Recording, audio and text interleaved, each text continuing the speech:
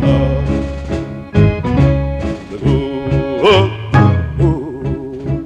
De l'eau sont entrés dans Paris, l'un par ici, l'autre par Évry.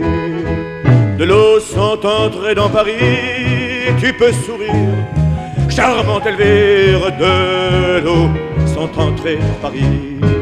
Je vis dans la partie francophone de la Suisse, donc à peu près à l'entrée du Valais, c'est-à-dire à l'entrée des montagnes. Là-bas, j'ai mon atelier depuis pas mal d'années. Je fais ce métier. J'ai une formation de sculpteur dans une école de beaux-arts.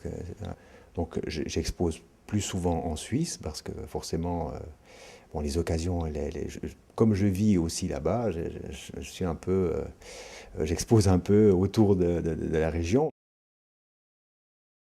L'histoire des loups, c'est parti pour une exposition, aussi sur une invitation assez particulière, parce que c'est une petite exposition, disons, mais qui se passe à la montagne, dans un endroit qui est un jardin, une espèce de petit jardin alpin. Et l'été, ils invitent un sculpteur à faire une intervention dans ce jardin. L'idée, c'était que vraiment quelque chose passe et ne s'arrête pas comme ce serait le cas par exemple pour des pièces isolées qui seraient tout à fait stables dans ce jardin. Donc l'idée c'est le mouvement. Ensuite, par rapport au mouvement, c'est la caractéristique de se dire mais qu'est-ce que c'est? C'est des renards, des chiens, tout ce qu'on veut. Et puis là, je suis tombé dans l'histoire du loup. C'est un loup fantasmé, c'est tout à fait c'est une interprétation. Donc, je les utilise plutôt comme un transfert ou par rapport justement à un type d'expression. Donc c'est avant d'être une sculpture naturaliste, d'ailleurs je ne travaille pas la sculpture comme ça, je ne travaille pas la préobservation, mais ce n'est pas une étude sur les loups. J'ai utilisé ces loups, j'en ai refait d'autres aussi, parce qu'à l'époque il y en avait une dizaine. Là maintenant il y en a 13, et j'ai un peu complété la meute, si on veut, et j'ai refait une présentation pour cette exposition de cet été à B.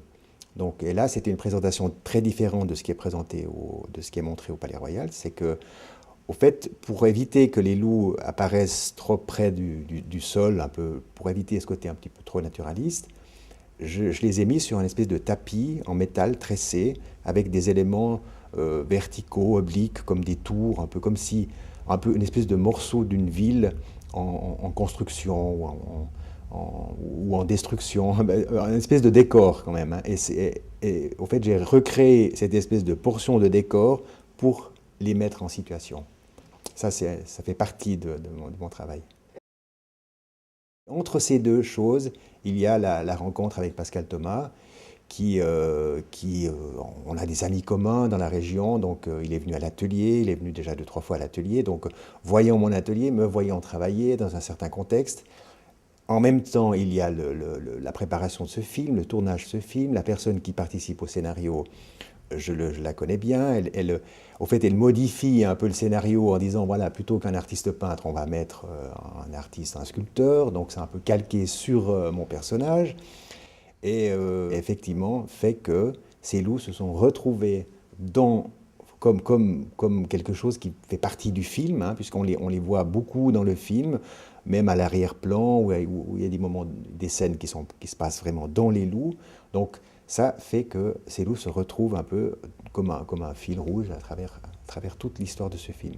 Voir ces loups dans un film, c'est comme les regarder différemment. Et toutes disons, ces étapes, comme par exemple de venir ici à Paris, fait que c'est une étape supplémentaire, c'est une aventure supplémentaire. Ça permet d'imaginer une autre disposition, de repartir sur une présentation, sur une autre ambiance, sur une autre lumière et tout ça.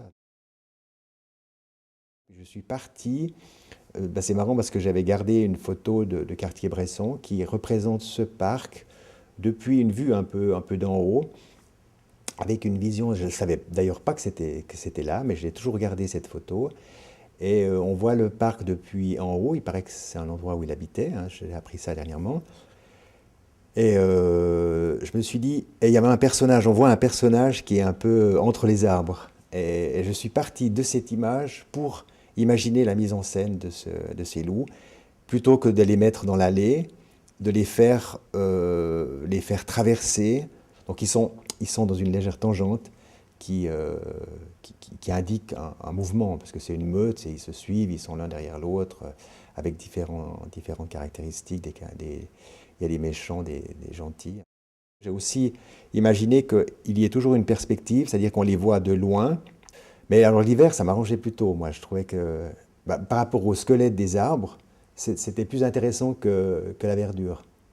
Donc il y avait ce côté qui répondait bien, que je trouvais plus intéressante. Mais ça accentue le côté un petit peu angoissant. Il y a en plus une symbolique là autour de l'invasion, de tout ce qui s'est passé ici. Hein, ça c'est évident, mais il y a cette symbolique pour moi, ça c'est sûr. Donc elle est là, mais elle est pas recherchée. Elle s'est présentée comme ça. Puis voilà. Bon, je suis très honoré forcément parce que je trouve que c'est une mise en valeur d'un travail. C'est toujours bon à prendre. Hein. Moi, je le cherche pas. J'ai pas des ambitions démesurées par rapport à ça, mais là, ça se présente comme ça, puis c'est très bien. Donc, c'est une étape dans une vie de mon travail aussi. Alors, debout, de l'eau sont entrés dans Paris. L'un par ici, l'autre par Évry. De l'eau sont entrés dans Paris. Tu peux sourire, charmante Elvire. De l'eau sont entrés dans Paris.